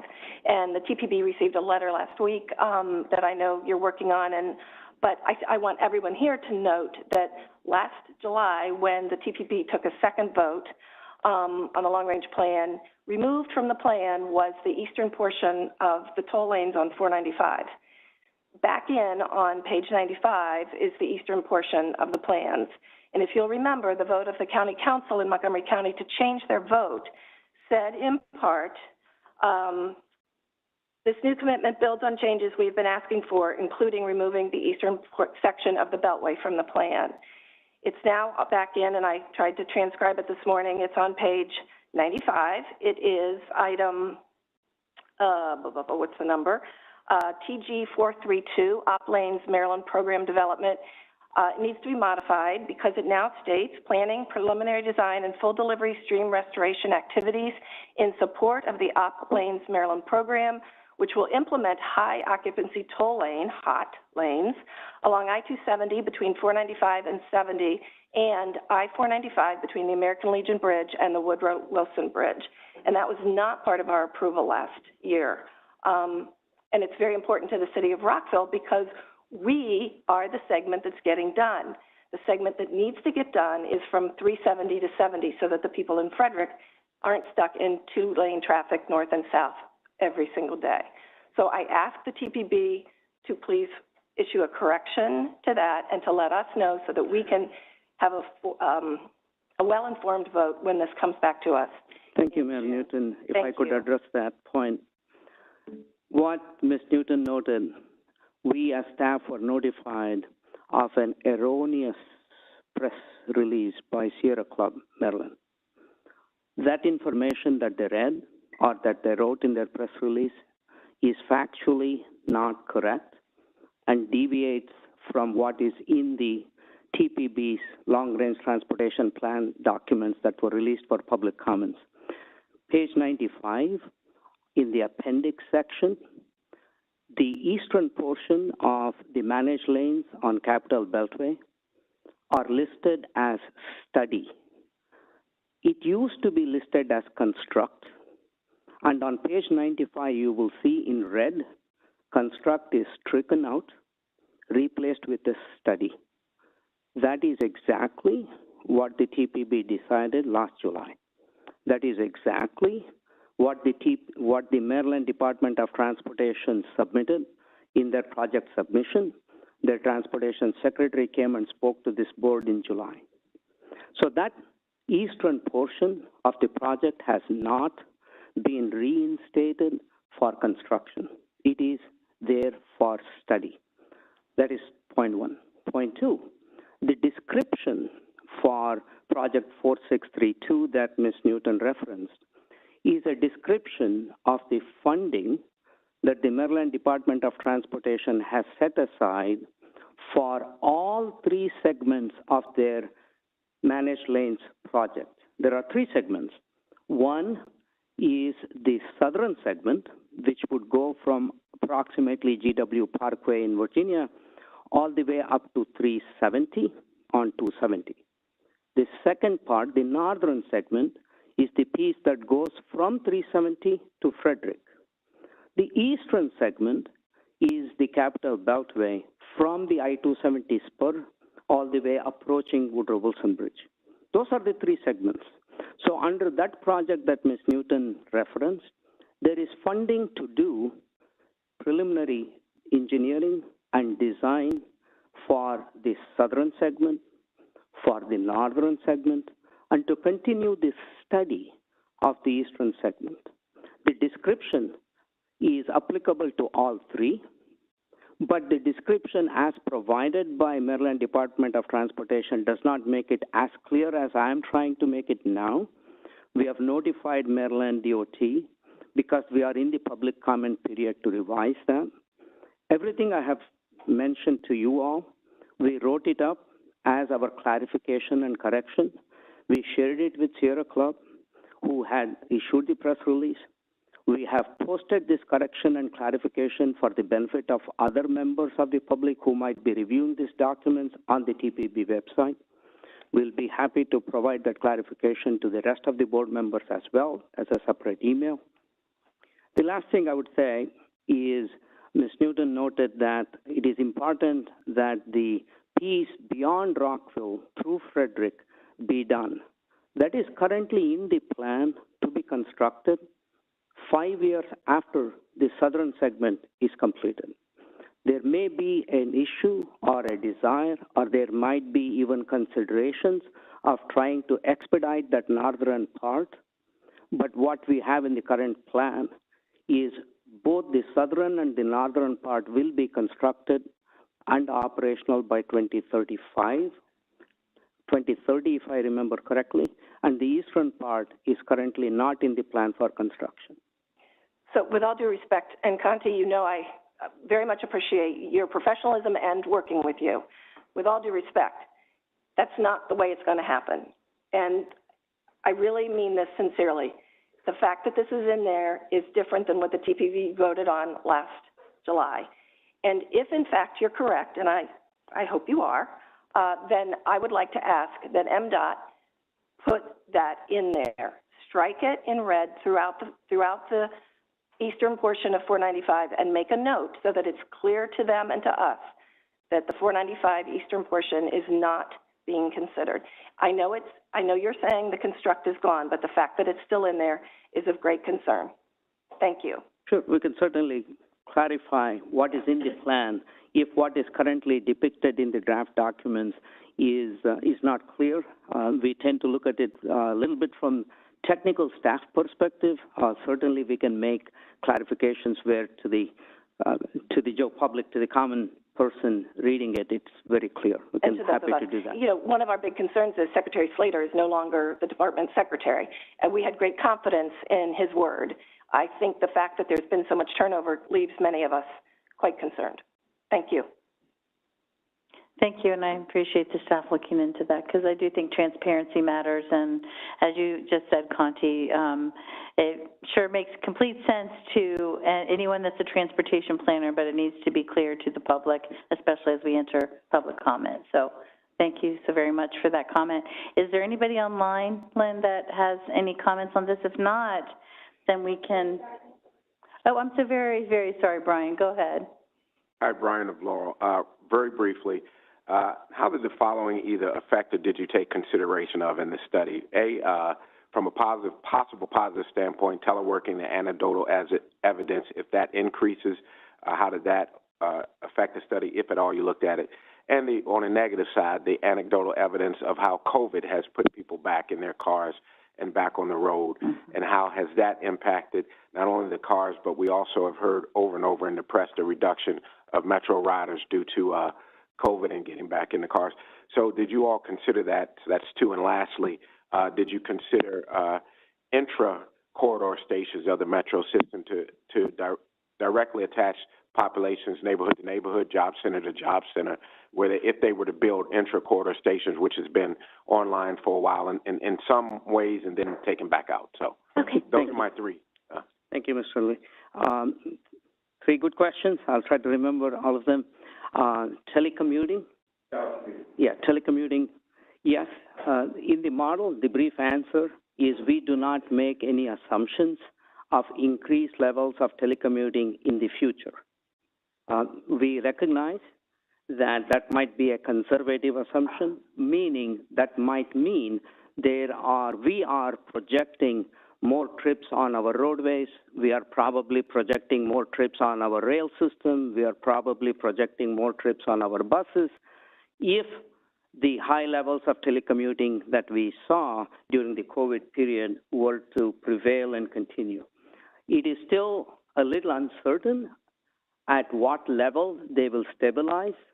We have already begun to see that in 2020, right now, there are more people returning to office than they were last year, even though those that are returning to office are doing so little less frequently than they used to do in 2019. So we are not making any assumptions as of yet for a couple different reasons. It is uncertain. There is no empirical data or any other basis for us to make an assumption, and the federal requirements is that we have to be strong in the assumptions we make. The second reason is the travel demand model that we currently use does not explicitly model teleworking. The benefit of this, granted it is a conservative assumption, but the benefit is it is likely going to be showing higher levels of emissions. So if we have to remain under a tight budget, it may be better if our emission, even under the most conservative emissions assumptions that would increase the emissions, if we are still complying within the budget from an air quality perspective, that might be better. But we are monitoring it, and we do plan to have a new model in the next few years, which will give us that capability to model teleworking and other factors. So we are on that path. The second question that you had was on the transit, the metro stations, and the housing. Second was COVID impact. Okay, COVID. It's the same thing with COVID. The model, the project, the financial funding assumptions that our member agencies submitted, the projects that they have proposed, the population increase, the job increase, and the location of where those jobs and new population are likely to go, all of them are indicative of pre-COVID. We do not have any new projections for that to immediately anticipate the longer-term trends of the COVID impacts. But we are working with the planning directors of our region, the planning directors of the local jurisdictions, and as future updates happen, we anticipate it will begin to reflect those things. The last thing you were asking was about development around transit stations, particularly some of the metro rail stations and in the interjurisdictional locations, right? Yes, more. Is there any thoughts, or did the plan include anything new stations being built that will connect job centers to job centers, intra-neighborhood stations? Gotcha. The future expansion of our rail system, whether it's Metro, VRE, or MARC, are all coming from their approved capital plans. Now, I want to note that many of you have capital improvement plans which have a lot of projects. Not all of them are reflected in the TPB's long-range plan. Stacy, during her presentation, kept talking about the constrained element of our plan. And what that exactly means is the federal government regulations disallow us to include any project in the long-range transportation plan if the sponsoring agency has not demonstrated that the funding to build, operate, and maintain that project is included in the revenue projections they submit to us. So your own capital improvement program comprehensive plans have a lot more projects than what you see in the TPB's long-range plan. So this is essentially a subset, and it is constrained by how much revenue is anticipated or demonstrated to be available. So. Thank you, and again, I apologize for not noticing you in the beginning. Take care. Okay, is there anybody online that has any questions? I didn't see any. No, I didn't see any, but there was a question about, is there an interactive zoom-in version of the map on page 62 available? And there is not. So we can talk about it, but there is not anything close to that. Yep. Great, thank you so much. So with that, we'll continue on with our agenda. I'm going to start by asking Conti to provide an overview of the materials included from this item, which is a climate change mitigation goals and strategies survey results that we had our work session on this morning. So for this item, report on the discussion held during the work session, and then I will invite comments from members as long as we have time to do so. So go ahead, please. Thank you, Madam Chair. So what was included in the meeting materials for the TPB monthly meeting are two sets of documents. They are labeled 9A and 9B. In packet 9A, you see the results of the TPB's climate change mitigation survey that each member took during the months of February and March. The results have been tabulated, and they have, and a copy of the survey instrument is included. And there is a summary memo that reviews and presents the findings from the survey. The TPB held a work session this morning where the survey was presented by staff in terms of how we analyze them and what they are. And one of the particular things to note is, in addition to answering the questions in the survey, we requested members to provide any additional comments and thought that they may have, which they did, and those were very useful, instrumental in some of the discussions that we held this morning, and I suspect will continue to be useful as we continue to discuss this.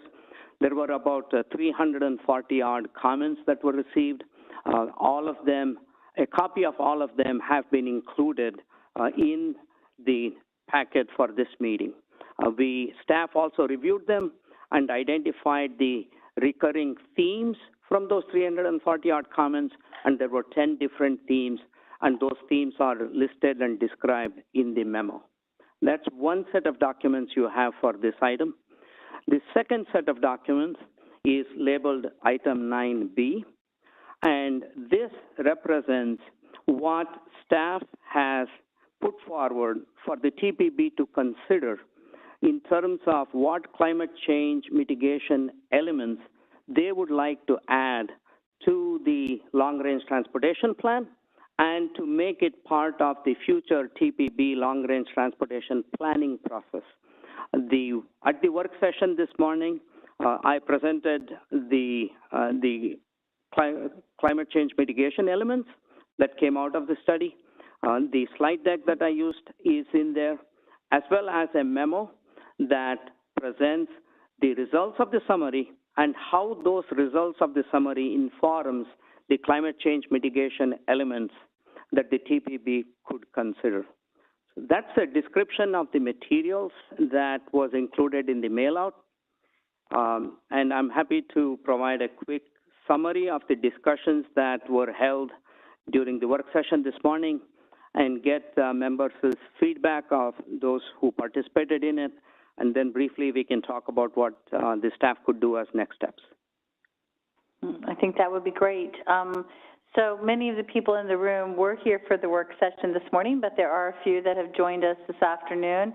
So I will start with the people in the room if they have any questions for Conti about the work session, about the process that's been proposed from this point forward. Do you want me to summarize what we took away? Okay. Yes, that would be great. So at the work session, there are three elements, or two elements, that the TPB has intended it is interested in considering at this time that's related to climate change mitigation. One, adopting greenhouse gas reduction goals specifically for on-road transportation sector. So that's one of the things TPB has said it wants to do, and that was included in this survey. The second thing that the TPB has intended that it would like to do is adopt a set of greenhouse gas reducing strategies that it can adopt as planning priorities so that those priorities can inform the future transportation decision making at the local, state, and regional levels. So those are the two broad elements. and the survey was constructed to get the members' input on both of them.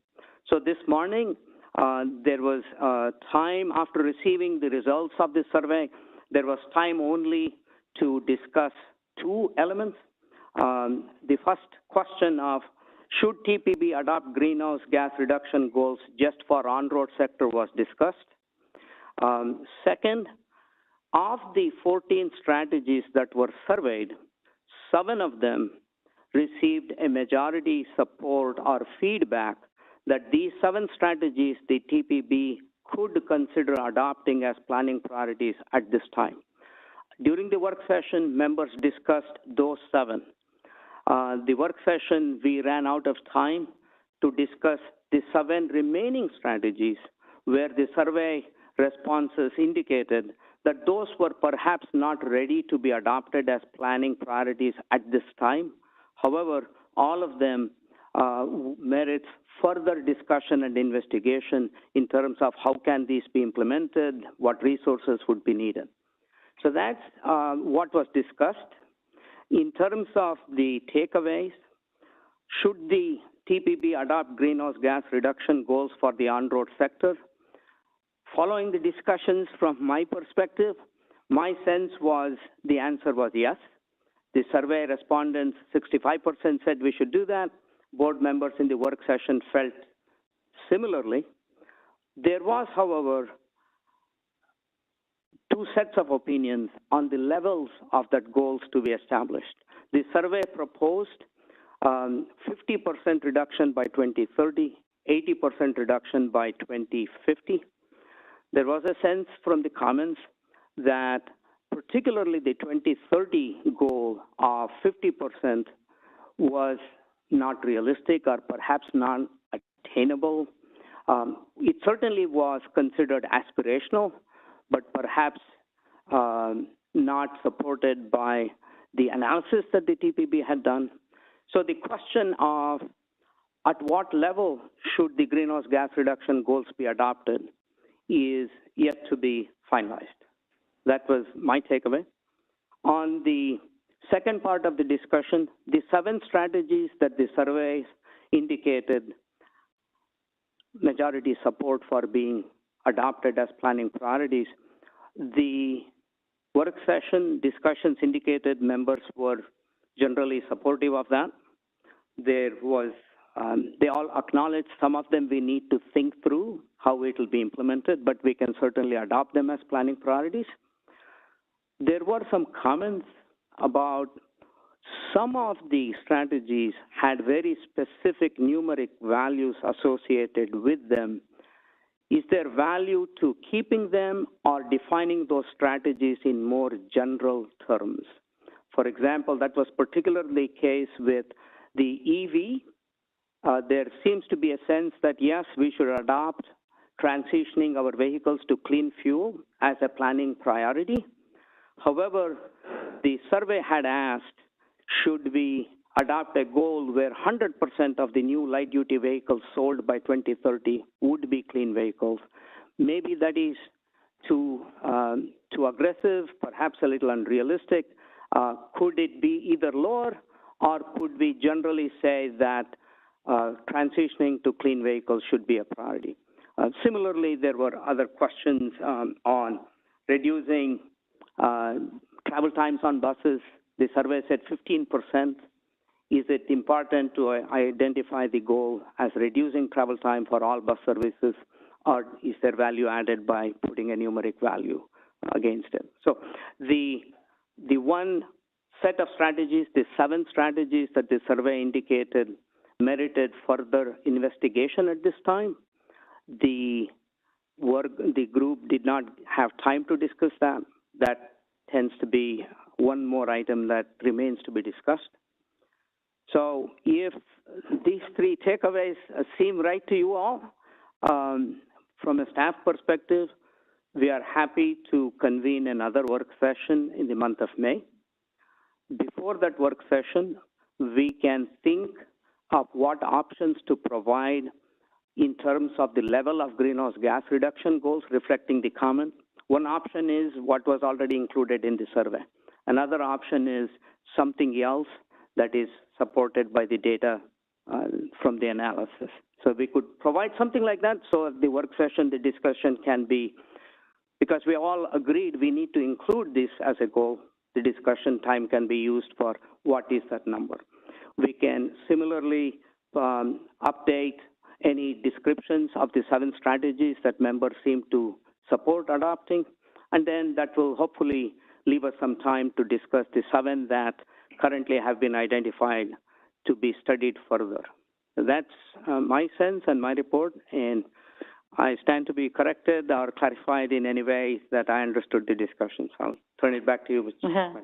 Thank you, Conti. I think that summed up, at least in my perspective, and I would tend to support the work session again in May because I do feel like there was more discussion that was needed. So I'm happy to support that. And at least here in the room, everyone's shaking their head. I obviously don't know what's going on online, but I do know.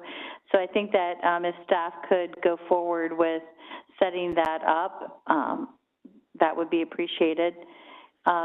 Since we do have a few minutes, are there any questions regarding this that obviously that Conti could answer now versus some of the discussion we might have in May of people in the room? What about online, Lynn? Because the people online kind of got cut short earlier, so. Dave Snyder has a question. Okay, go ahead, Mr. Snyder. First of all, a comment. Thank you very much for the extraordinary amount of work here, and I look forward to participating in the future. I guess, Conti, a question I have, which are, what are the various steps that TPB can take? Planning, certainly, setting out priorities, but to what extent can we use other authorities of the TPB to move forward on those areas where we've decided we want to do that? Can we set up special funds? Can we allocate? Can we, in other words, and I'm not presuming any particular outcome right now, but to what extent can we, what are the tools the TPB has available, number one, and number two, in terms of goal setting as well as particular priorities, I think sub-goals for the priorities may be important as well as the larger long-term goal. And again, it's whatever we as a group decide that we want to do. What are the alternatives for implementing what it is we want to do? Thank you. Got you.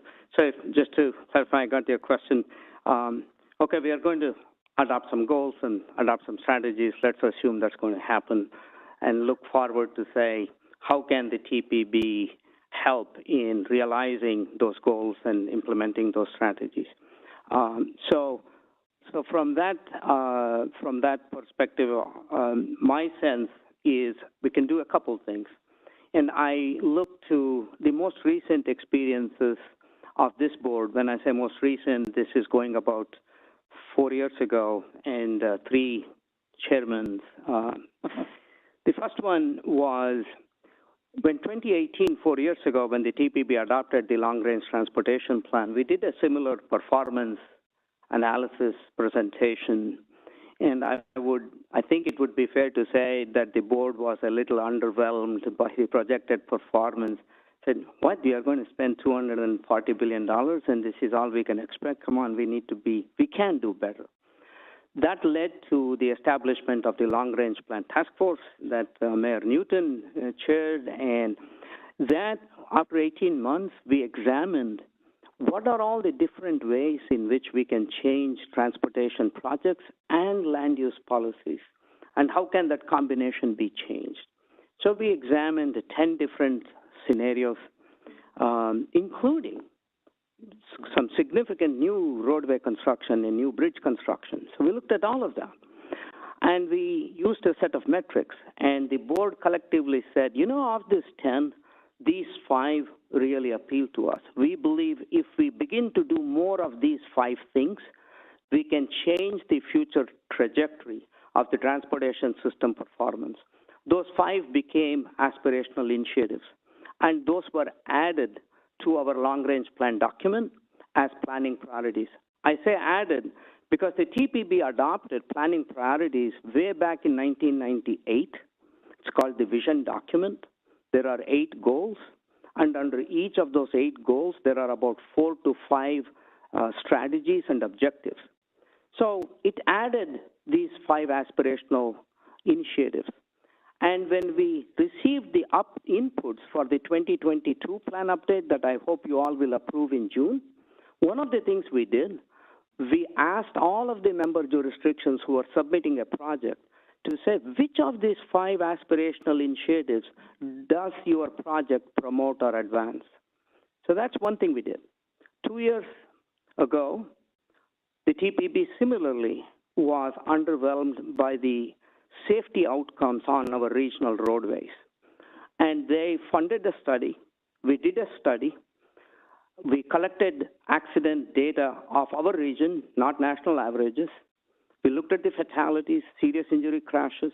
We hired an expert, and the expert identified about 29 or 32 strategies.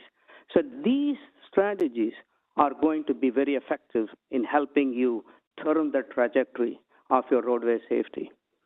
We adopted them as planning priorities. So we went a step further. TPB used its planning funds. We diverted that money from other studies, and we said we are going to give small planning grants for our members to explore ideas that would improve roadway safety. So we created a brand new program called Regional Roadway Safety Program, and we currently spend $250,000 each year providing those grants to our member jurisdictions, just like how TPB did the same thing 15 years ago to improve transportation land use connections with TLC grants. So that's what we did. Those are the 2 things that come to my mind. I don't see why something along those lines cannot be done with the climate change mitigation strategies that we adopt and enhance today, meaning in 2024, when we do a planning update, we can ask member jurisdictions, in addition to identifying which aspirational initiatives your project supports, in addition to advancing the earlier TPB goals and visions, which of the climate greenhouse gas reduction strategies does this project support or promote? So that is certainly something we can do, get that information.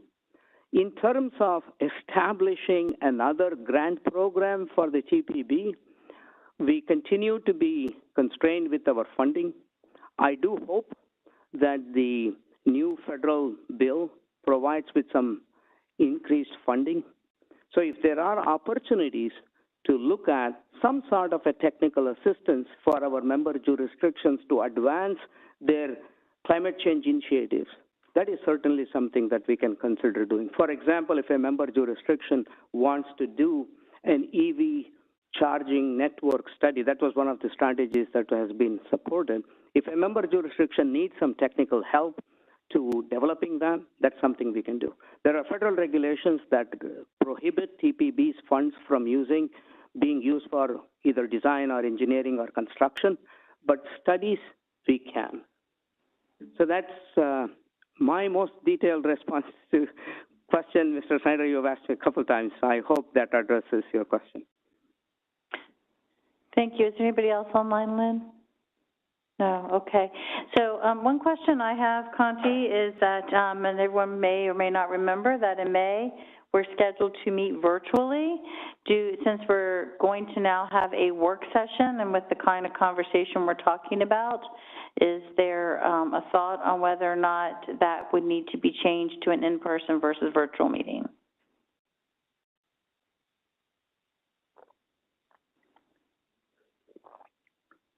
Any thoughts from my colleagues? In person? In person? I tend to feel like after what happened last year when we were having some very robust conversations, it seems to have gone a little bit easier. I mean, this is this beginning, I realize, in person versus virtual. I'm happy, of course, to support whatever decision, but I tend to desire to make the decision to change us to in-person versus virtual in May. I'm hearing up here says in person, but unless someone majorly wants to object, I think that's what we'd like to change it to. Mayor Shell has a comment. Okay. Yeah, I just wanted to say virtual has worked so well in the past. I don't see any reason we could not have it be virtual. Thank you, Madam Chair. Thank you.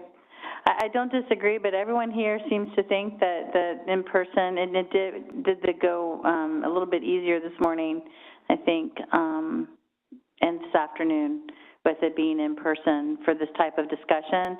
Maybe I would like to do, Conti, is if I can, relook at the schedule with you and see if there's another meeting maybe later in the year that is currently scheduled in person that we could change to virtual, so people still have the same amount of virtual meetings offered to them for this year. Is it possible to do hybrid? Yes, there's people participating in hybrid today. Right, yes, for the work session too. I think Yes. in person is so necessary, but. Yeah, I appreciate those comments, and I agree. I think in person is important for this, but I do want to make sure we get the most participation we can. So it will be offered as a hybrid option, just like we did today, I'm assuming. But you know, it does help when we all can have some in-person interaction as well. Okay, if there is nothing else to come before this board, I will adjourn the meeting. Thank you. Thank you, guys. Thank you.